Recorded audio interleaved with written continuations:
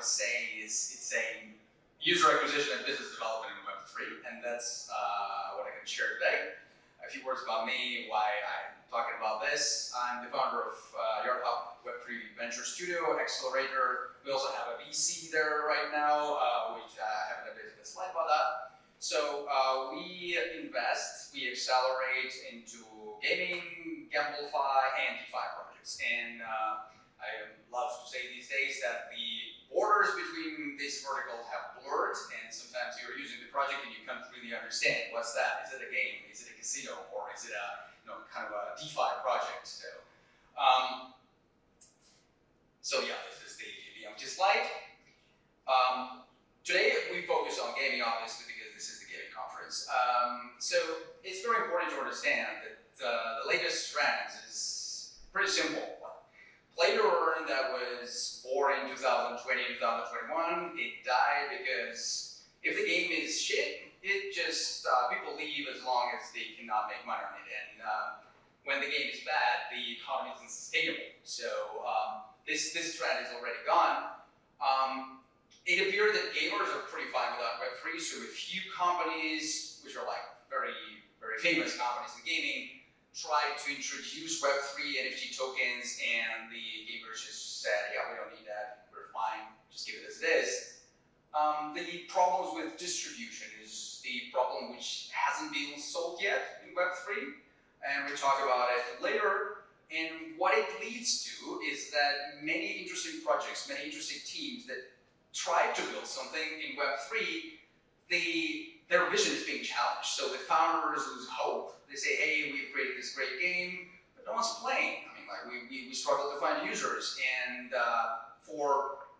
founders have grit in them, right? But not all of them have enough grit to stay for long enough when nothing happens. Like you created a great game, you were very active, you were delivering every day, still you have problems with players. So what are the main differences between Web 2 and Web 3 gaming from the business development and user acquisition point of view?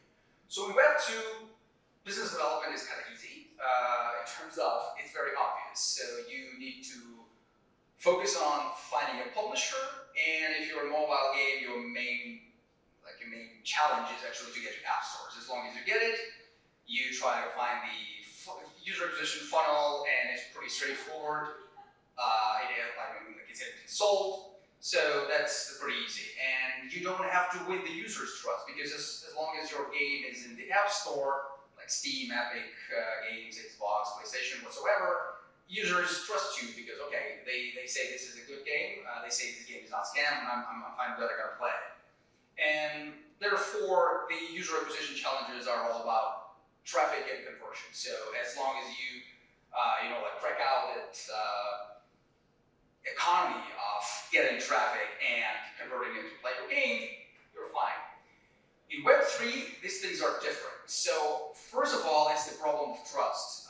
Many projects, when they start, users don't trust them, because usually a Web3 game needs you to at least connect your wallet, which even if you don't pay, connecting a wallet, sometimes they, hey, I don't know, maybe they drain my wallet, maybe they take my crypto, I don't know. So projects, business development efforts should also take into account this need to find the partners to, and preferably backers like investors. So when users think, okay, should I connect here or not, they just go to your Twitter and they see, okay, they have partnered with this, they have partnered with that, so probably they are legit, okay, maybe I'll connect. And if you have a nice fund investing in you, that's also like kind of making you legit from the user perspective. The lack of distribution networks is the problem that I would say Web3 gaming industry struggles now with most. There is no default or basic distribution channel for Web3 games. Something died. So you really need to work out the strategy, the GTM strategy. How do you find your first users? How do you build a community? How do you actually work with retention? So it's something that has been solved in Web 2 and in classic gaming, but still a big problem for Web3 founders, even for fast projects. Like even the latest AAA releases, titles in Web3, they also struggle with it. It's being addressed. I will talk about it later, but still a huge problem. And last but not least is that audience is very fragmented. So there are so many different blockchain networks. There are so many different tech stacks. So it's not like if you have a wallet, like you have MetaMask, you can play all the game. No, you cannot. So one game will require you to connect some other type of wallet. Another game will require you to add another blockchain network and somehow transfer money there. So it can really be a pain point for many users. So again, some infrastructure projects trying to address that, kind of creating this account abstraction stuff, network agnostic stuff, but it's really difficult. So when you launch a game, this decision on what blockchain is going to use, what network will be NFTs released on, that can actually make you live or die. Because if you choose the wrong network, you will have problems acquiring users, and that's like again kind of a problem in terms of new networks do incentivize projects to build on them, because of course for new blockchains it's very important to have projects so that the users can use them. And so they just give grants and say, hey, come build on my network, I will give you 100K or 50K or whatever. For small indie developers, that's like a huge amount of money. It's like a burn rate for a year. And they come, they take that grant, they build a project, and then they're sitting like with 5 users because the network's dead. Like, I've seen a lot of projects like that. So they've taken grants from Tesla, they've taken grants from Cardano, and they build and they're like, hey, where are my users? That network just doesn't have users. They come because they're non-existent. And it's not an easy thing, like to kind of convert. I would say porting your game from Xbox to PlayStation or vice versa is cheaper and easier than, like trying to build an on-chain game on another blockchain if it's not like EVM, right? So if you build your game on Ethereum, you can easily launch it on EVM compatible blockchains like Optimism or Bitcoin, Blast, whatsoever. But if it's like Solana game, it won't be easy to launch it on Ethereum compatible blockchain. And yeah, so that ends up in like a very easy comparison. So the latest data is that it's around 800,000 daily active wallets, unique active wallets in gaming. So given some of them are bots and like sigils, I would say it's roughly like from 5 to 600,000 to compare with like at least like 600K is the daily active users in PUBG game. So it's hard to compare. The Web3 gaming industry is still very small, and it's really hard to acquire those users. No, it's not changing this one. Moving from left to right, just this. So the user acquisition in Web3, it was dead before it was born. So when first projects, gaming projects appeared in Web3, their main problem is they were built by tech guys, not by the game developers. So their user interface was clumsy, and because of when the first games appeared, the tech was not there, the infrastructure was not enough to actually deliver a good user experience, so it was like very poor. We had in our portfolio in Venture Studio back in 2021, we built a 100% on-chain blockchain game on Wax blockchain. It's like with free transactions for users, everything being on blockchain, so every transaction is super transparent. And it was like pain in the ass. So even for the users to actually use the game, they still had, like to sign transactions from time to time. Sometimes the blockchain was congested, so it was really a nightmare. And this led to poor user experience, and like you don't want to fight with the game, right? You want to play with it. So that's like the first main problem. The next one was that it actually gets worse, is that there are too many blockchains. So as I mentioned, we have new networks and they get investment, they get hundreds of millions in fundraising, they start like spray and pray, grants, delivery, getting more teams. But the problem for users is that, I mean, like, I don't want to manage 10 wallets to playing 10 different games. That's for me, it's okay because I'm like a crypto native guy. But for an average user, average normie, that's a nightmare. That's the problem. And this one also goes to the discovery one. So in classic gaming, like in web, you have all these game launcher, like you have Play Store, you have Xbox Store, you have Steam. You just go there, you see all the new games you deliver. Okay, you discover them. You have a lot of Twitch streamers. You have a lot of game reviewers. You have a lot of resources to actually know about the new games, to find out about new games, and that's what brings new players. In Web3, it's like it's a problem, and there is no such thing as a Web3 gamer. So I don't know a single person, and we talked to a lot of people through our portfolio projects and communities that only came to Web3 to play games. So a Web3 gamer is like in 99% probability is that this is just a crypto user.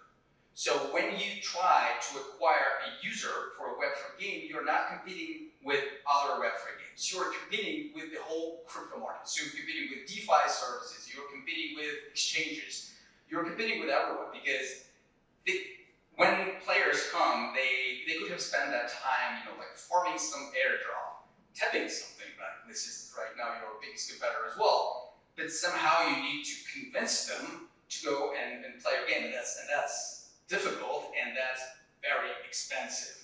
That's why it leads us to problems with unit economy. It's really hard to justify the customer acquisition cost with the LTV. For many projects, it just doesn't work. Like, there is no chance for them to get this cost. So what they do is that they raise money and they spend their funds on user acquisition and then the problem of retention.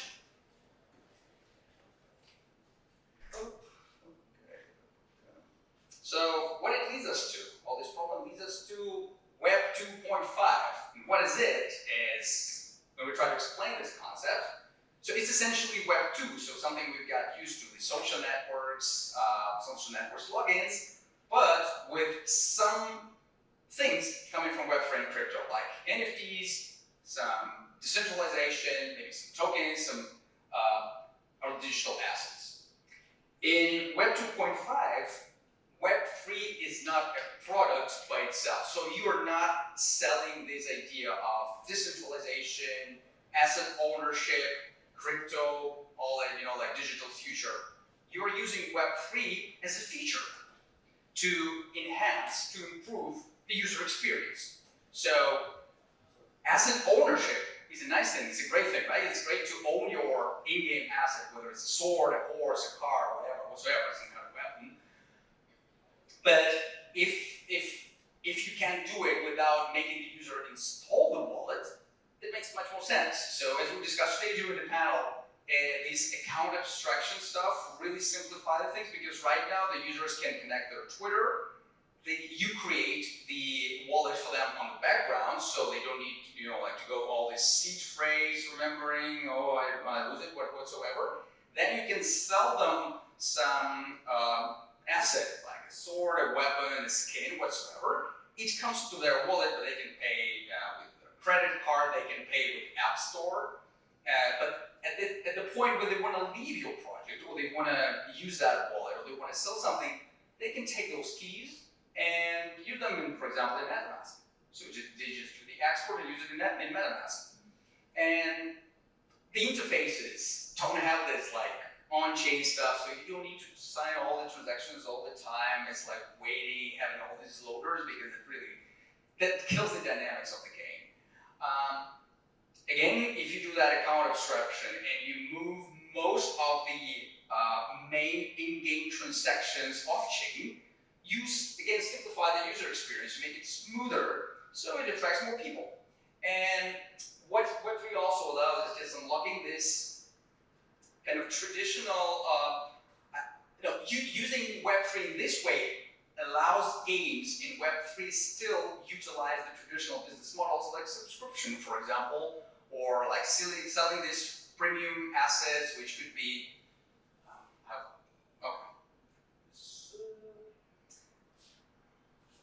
I guess it should work, right?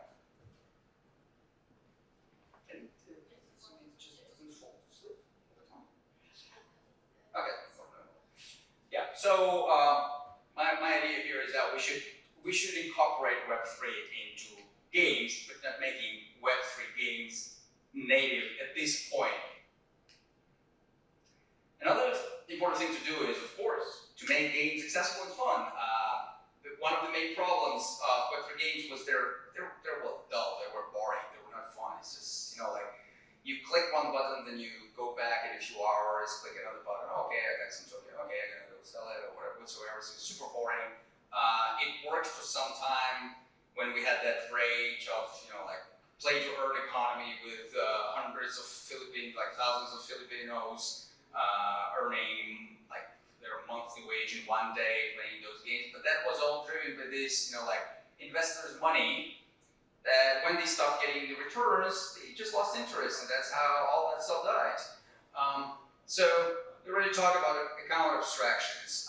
There are game launchers appearing in Web3 these days. Some of them really received some investments. We actually invested into Elixir and Gala Games. So these are like Steam. You can imagine Steam or Epic Games for Web3. So you go to, for example, Elixir website, you create one account, one wallet, and then you can browse like dozens of different games of different genres, and whatever game you play, you interact with the same wallet, and you can sell assets, buy assets. So this is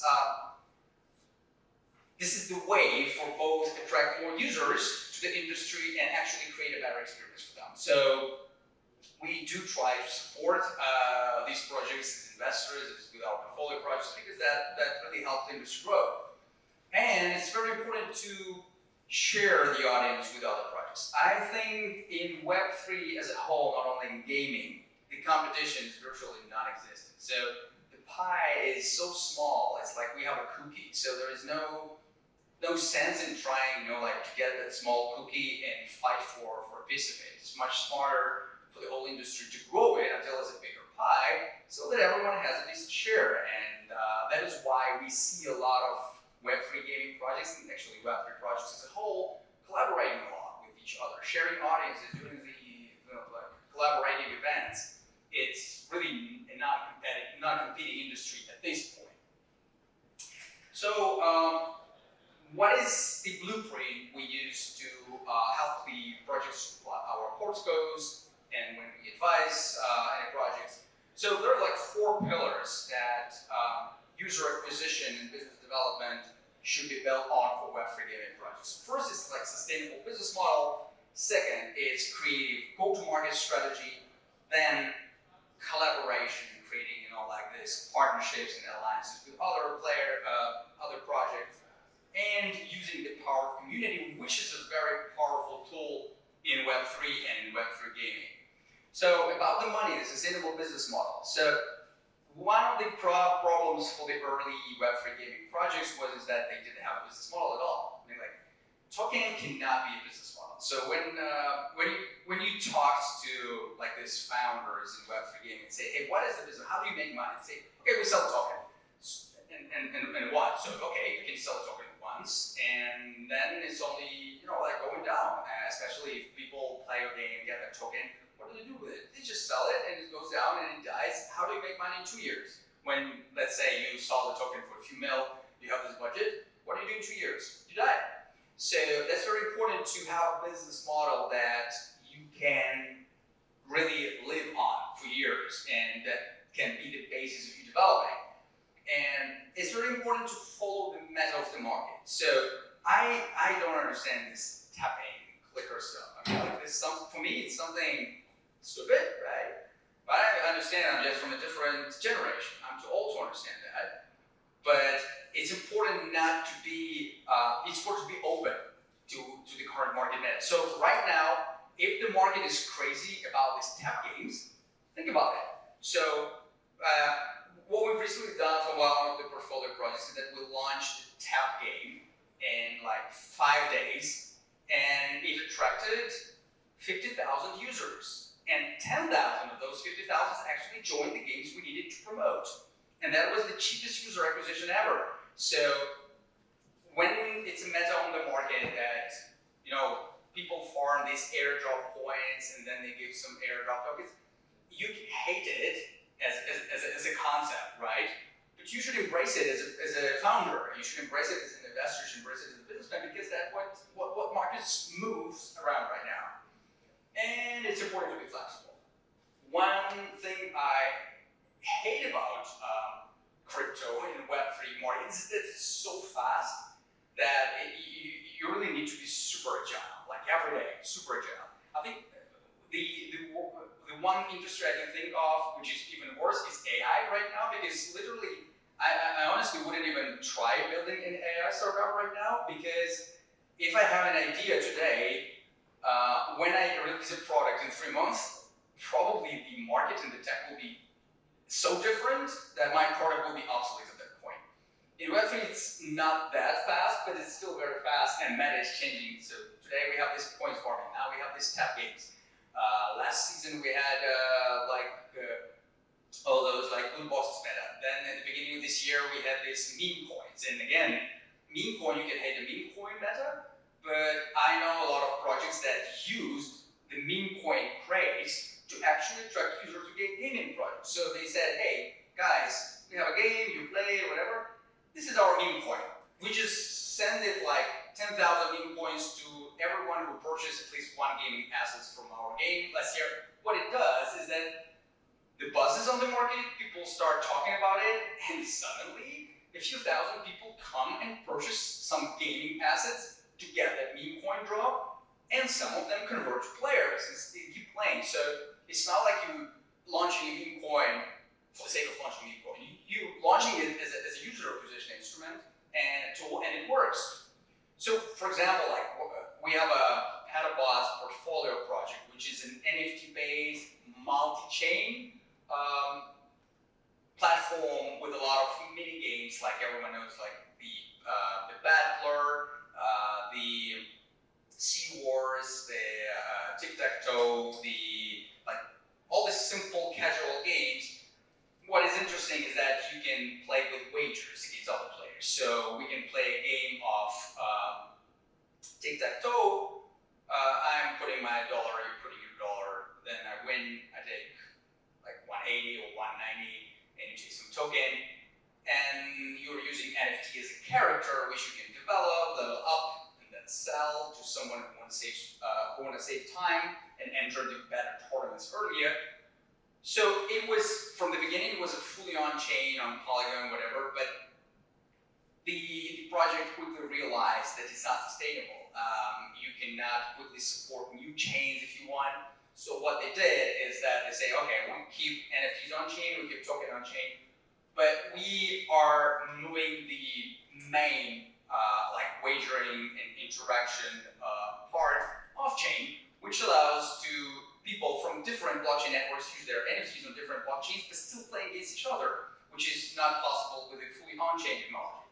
And the game was to be released on Polygon and a few other blockchains, but then they found out the market opportunity with Blast, which is a new network with different interesting on-chain mechanics, and they just switched and say, hey, okay, now we are launching here, and we'll be here for 3 months, and that already brought a lot of new users because this chain is new, but quite hyped. A lot of people exploring projects in it. So this is the type of flexibility and agility I'm talking about. One interesting thing that we've discovered with portfolio projects is the free mint part. So what free mint is when you essentially allow users to mint their NFTs without paying any money for that. What it does is that if you say, okay, this is a free mint, this is an NFT, and it will have some utility. So let's say it's an interesting game and you will be able to play a character, or you're going to be able to use it somehow. And for some people who don't even plan to play your game, they say, okay, this is going to be valuable, so I can mint it, and then I can sell it to someone and make some money. And then people try to get these whitelist spots, because usually the free mint is a limited stuff. You say, okay, we release 1,000 NFTs, and you usually have 50,000 people who want to mint that. and then you partner with other projects communities saying, okay, I will give 20 whitelist spots to your users for raffle mechanics or some whatever. You give to them whatever you decide. These are your 20 spots. For that, they make a mention on Twitter, they feature you on their Discord. So essentially you are getting new users who at least know about your project. And then the question is whether they turn to players or not depends on your funneling conversion rate. It's also a good way to attract attention from like native crypto people, because if you partner with a launchpad, these are being followed by many people, and they say, okay, this is an interesting project, gonna find it out. And yeah, this is like when you do free mint, it's easy to sell because you don't sell anything. So it's quite easy to get partnerships, to get collaborations, get free marketing, essentially free marketing. So I would say this is one of the tools that have proven to be very efficient for the early stage projects. So if you haven't got community, if you haven't got like hype, you are not well known in the space, this is like one way to get that attention without spending a lot. So essentially you will need to like hire a collaboration manager, and it shouldn't be a full-time guy. You can like get one for $500 per month, and they will do all the collabs for you. And collaborations are very important for web3 games, because as I told, no point to compete. Like the market is so small that everyone is very interested in collaborating, growing, and attracting players together. For example, the Patabots from the previous example, last year they had a huge major tournament on Polygon where a lot of different projects participated, so their players could receive the NFTs that give them access to the tournament, and the tournament had like around 25K prize pool, and it attracted more than 1,500 paying players to the game, and also it drove a lot of attention, and those projects were like very happy to collaborate and to join the tournament because it brought free value to their own audience, and that's what many Web3 projects really struggle with. How do I bring value to people who hold my assets? And for founders, it's very important to build a personal brand, because in Web3, founders' brands do attract a lot of audience, they attract the attention of investors. We've seen many examples in Web3 where projects became successful because of a very active and like kind of a energized founder. So it's not like a team, but more like, hey, this is Jack, and Jack is every day on Twitter Spaces, on LinkedIn, whatsoever, posting about their game, about what their what their aspiration are. People are like, hey, I trust this guy. I want to play. I want to try what they're building. Community is one thing to talk about, because we're seeing that many times community is being undervalued, and founders, teams don't extract as much value as they possibly could from the community.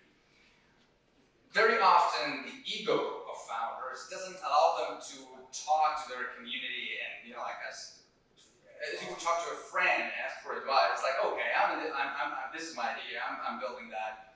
These are the guys who wanted to know.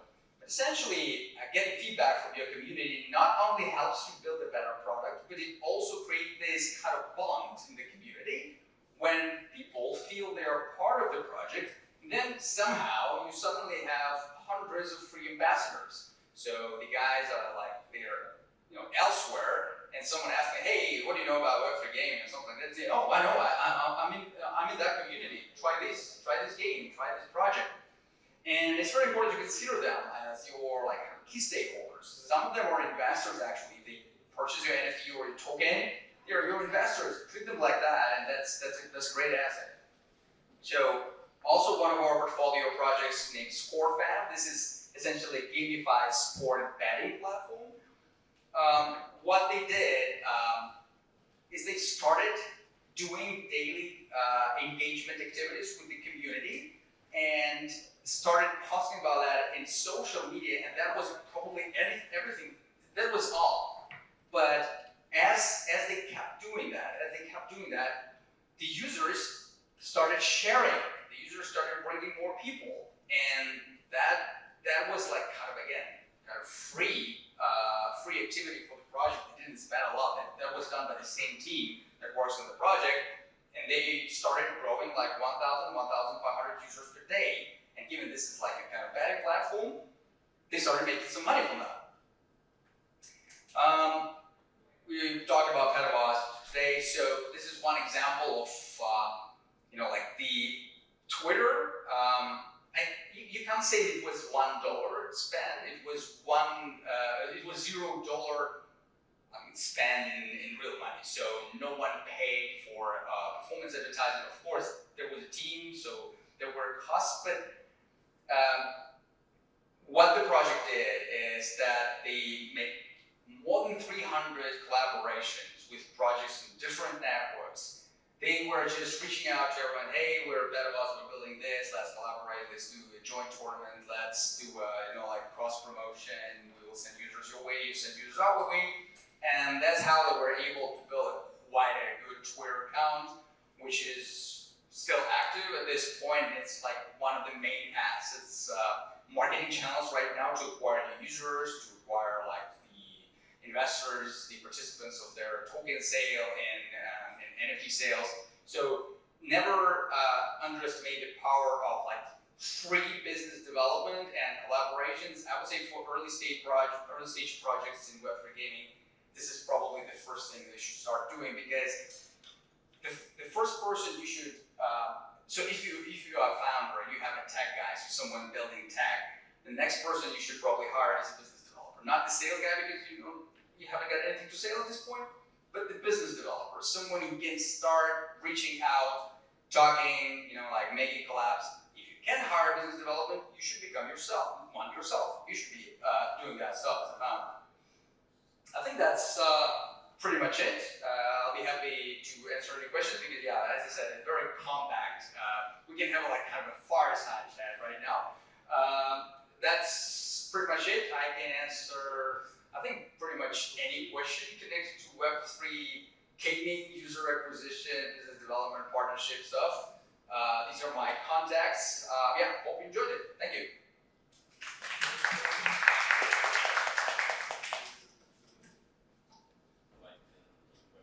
Well, actually, Steam, I think Steam, they did include one Web3 game.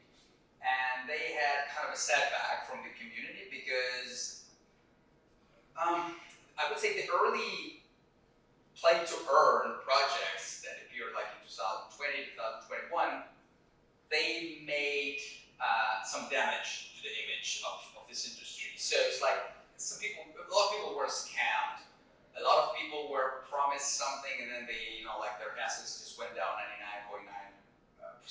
And that's like kind of a PTSD, right, for them. We still talk to many people who were part of that, like 2021 play-to-earn craze, and they're still suffering. I mean, like for them, they've lost money, both users and investors. And some of them will say, hey, I will never ever invest into anything Web3 gaming related. I said, hey, when you invested into that shitty projects with anonymous developers from, I don't know, Northern Korea or whatsoever, and they just took money right now, that doesn't mean Web3 games cannot exist or everyone is scamming. So I think that's probably still the image kind of problem. And another aspect is, I would say, imagine you are a CEO of it's a public company, right? You have stakeholders, you have shareholders, your shares are tradable on New York Stock Exchange whatsoever. You have some great capitalization, you make a lot of money, you pay a lot of dividends. And you need to explain, and there's a board meeting, right? There are people, that's your board, and they actually approve your strategy for the next year, or for the next 5 years, or disapprove it. And if you offer them something they don't like, they might think you are not good for that job, and they just, fire you if it's not your company. And like most of these, like Epic Games, whatsoever, the CEO, the C-level of the company, they're not owners, like they're managers. So imagine you really believe this is the future, right? And now you need to go and present it to this board and and say, hey, let's do this our next strategy. Let's incorporate these Web3 games. We might have the backlash, the PR problems whatsoever. Fuck it, we're gonna make money in long term. That is something hard to sell to those, like, I don't know, 60-year plus guys or 70-year plus guys on your board, sitting on your board. They will just, okay, we are now printing 5 billion per year. We're gonna risk that for what? And as we discussed in this panel, it's gonna take courage from some big player, maybe some courage, some crazy move, some bold bet from one of the big players to actually start doing that, like Tesla did with electric cars. So at that time when Tesla was betting big on like pure electric cars, the industry sentiment was that Tesla is gonna lose. That it was stupid. The investors who invested in Tesla were stupid. They made a mistake, and that's it. That was the consensus, and that was a bold move to actually make that shift, the paradigmal shift in the industry. So I think that this will happen the same with these platforms. Someone at some point, I don't know, it could be Sony, it could be Epic Games, it could be anyone, it could be Steam. That's when they make that move. I think they probably will do it at the moment when they will have at least, I don't know, a few games, a few nice AAA titles that can compete with the leaders of, like, I don't know, like a Fortnite level quality game that will have a lot of users. Like, we now have the last game I know, the Off-Grid. They have 200K daily active users right now. That's pretty much. And they actually, their go-to-market strategy was through releasing NFT loot boxes to their partnering projects. So I think we will see that. But that's like, yeah, someone big should do it first, and then everyone else will follow, because that's how it works. Because then when you come to your board, you say, hey, you know, they are doing that. If we don't do that, fuck up. We have to risk as well. But there are some distribution platforms, right? Like in the picture. Yeah. Distribution platforms that do this. Yeah, like I would say this is the web3 game launchers, and they not only distributing games, but they also, you know, like solving this problem of having different accounts. So you can really set up an account at this Cap Games or Elixir, and it's one-click login to all the games that's up there. So that's moving in that direction. But again, as I said, there is no such a species as a Web3 gamer. They just don't exist. There are Web3 users that can play Web3 games if you're acquiring them this way. Because the other way is you target the classic gamers, and then you have a problem of explaining to them why they need Web3. Right? And that's a different path. That's a very huge educational gap. And again, some of them having that PTSD of, you know, like buying some NFT for, I don't know, like $100 and now this is